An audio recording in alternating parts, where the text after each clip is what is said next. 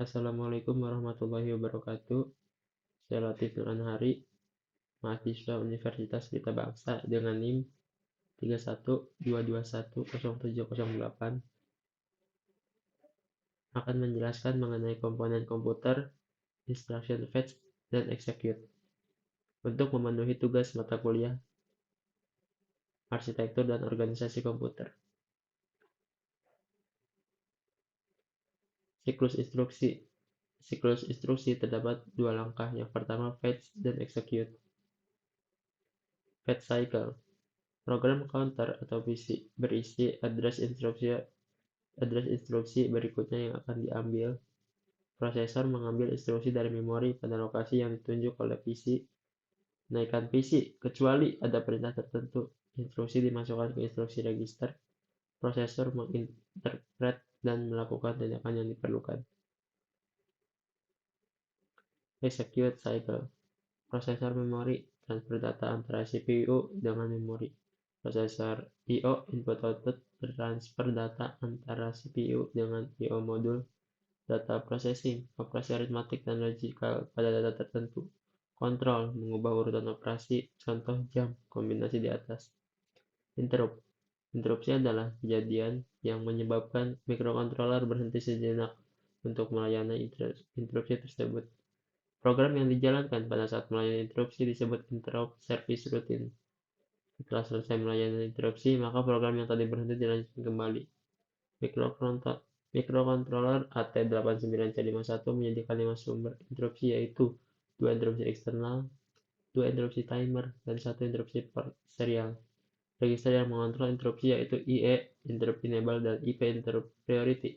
Interrupt adalah sinyal dari peralatan luar atau permintaan dari program untuk melaksanakan suatu tugas khusus. Jika interrupt terjadi, maka program dihentikan terlebih dahulu untuk menjalankan rutin interrupt. Fungsi dan tujuan interupsi. Fungsi, mekanisme penghentian atau pengalihan instruksi dalam CPU kepada rutin interupsi. 2. Hampir semua modul, memori, dan input-output memiliki mekanisme yang dapat menginterupsi kerja CPU. Tujuannya, 1. Secara umum, untuk manajemen pengeksekusian rutin instruksi agar efektif dan efisien antara CPU dan modul-modul input-output maupun memori. 2. Setiap komponen komputer dapat menjalankan tugasnya secara bersamaan, tetapi kendala terletak pada CPU. Di samping itu, kecepatan eksekusi masing-masing modul berbeda. 3. Dapat sebagai sinkronisasi kerja antar modul. Kemudian proses interupsi. Dengan adanya mekanisme interupsi, prosesor dapat digunakan untuk mengeksekusi instruksi-instruksi lain. Saat suatu modul telah selesai menjalankan tugasnya dan siap menerima tugas berikutnya, maka modul ini akan mengirimkan permintaan interupsi ke prosesor. Kemudian prosesor akan menghentikan eksekusi yang dijalankannya untuk menghandle rutin interupsi. Setelah program interupsi selesai, maka prosesor akan melanjutkan eksekusi programnya kembali. Saat sinyal interupsi diterima, prosesor ada dua kemungkinan tindakan, yaitu interupsi diterima atau ditangguhkan dan interupsi ditolak. Jenis-jenis interrupt. Software. Interrupt software adalah interrupt yang disebabkan oleh software yang sering disebut system call. Misalnya, suatu program ingin mencetak hasil dengan printer. Hardware.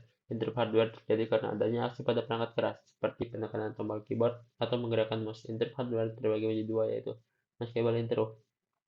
Terjadi karena aksi dari luar, seperti timer, keyboard, serial port, fixed diskette drive. Kemudian non-meshable interrupt terjadi karena memori atau kesalahan parity pada input-output. Multiple interrupt dengan tidak mengizinkan terjadinya interrupt lain pada saat suatu interrupt sedang diproses, interrupt lain ditangguhkan. Maksudnya, keuntungannya satu, pendekatan tersebut cukup baik dan sederhana karena interrupt ditangani dalam urutan yang cukup ketat. Kekurangannya, pendekatan ini tidak memperhitungkan prioritas relatif atau kebutuhan waktu kritis. 2. Jangan mendefinisikan prioritas bagi interrupt dan mengizinkan interrupt berprioritas tinggi menyebabkan interrupt handler yang berprioritas lebih rendah untuk menginterupsi diri sendiri. Fungsi input-output. Sebuah input-output dapat bertukar data secara langsung dengan CPU. Sebuah input-output juga bertukar data langsung dengan memori. Pertukaran data antara input-output dan memori. 1. Dalam kasus ini, CPU memberikan otoritas kepada modul input-output untuk membaca dari atau menulis ke memori, sehingga perpindahan data terjadi tanpa terpaut dengan CPU. Selama perpindahan seperti itu, modul input-output mengeluarkan perintah baca atau tulis ke memori. yang membebaskan CPU dari tanggung jawab pertukaran data.